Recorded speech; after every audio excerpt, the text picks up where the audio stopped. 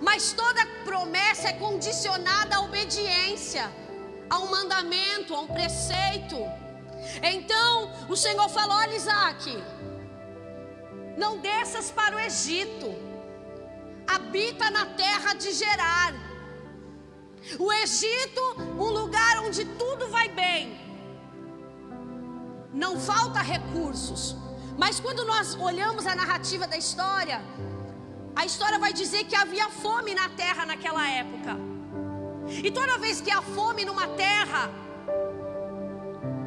há uma necessidade de se locomover. Isso é do ser humano, necessidade de mudança.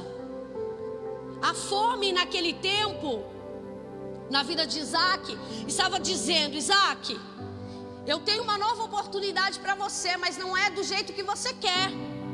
Porque Deus, Ele cria uma estratégia dentro de um problema.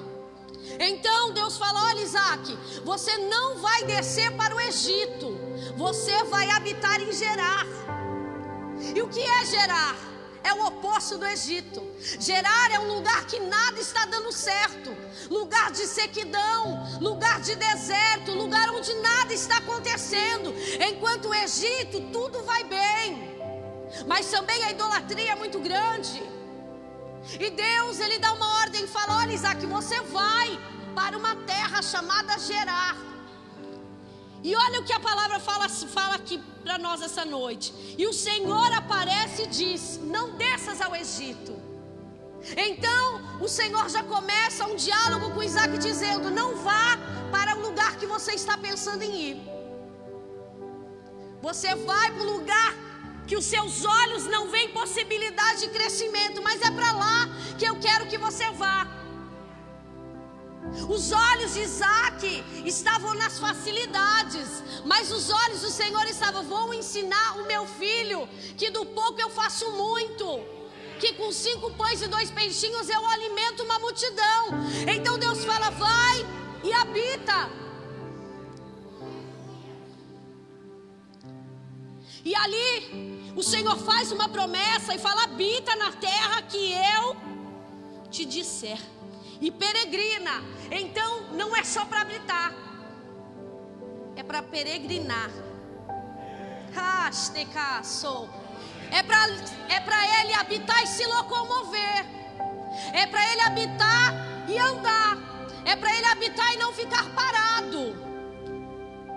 Que eu serei contigo e te abençoarei, porque a ti e a tua semente darei todas as terras e confirmarei o juramento que fiz a Abraão teu pai.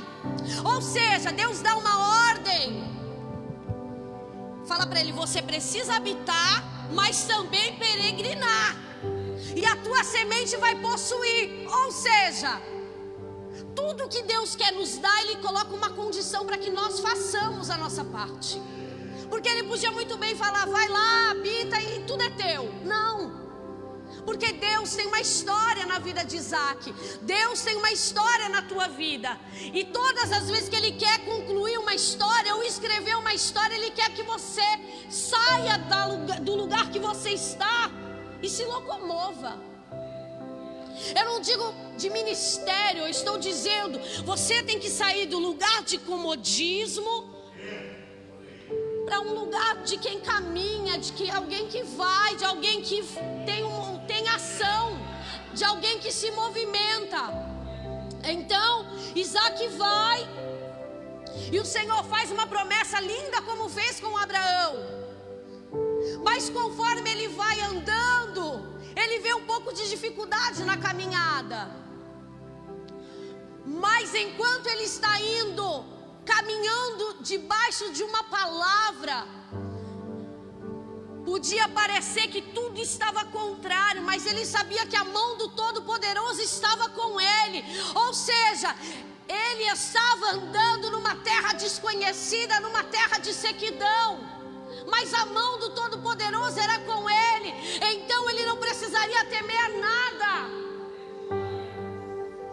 E ele vai, e ele fala assim: o Senhor Deus fala: olha, o teu pai Abraão obedeceu a minha voz.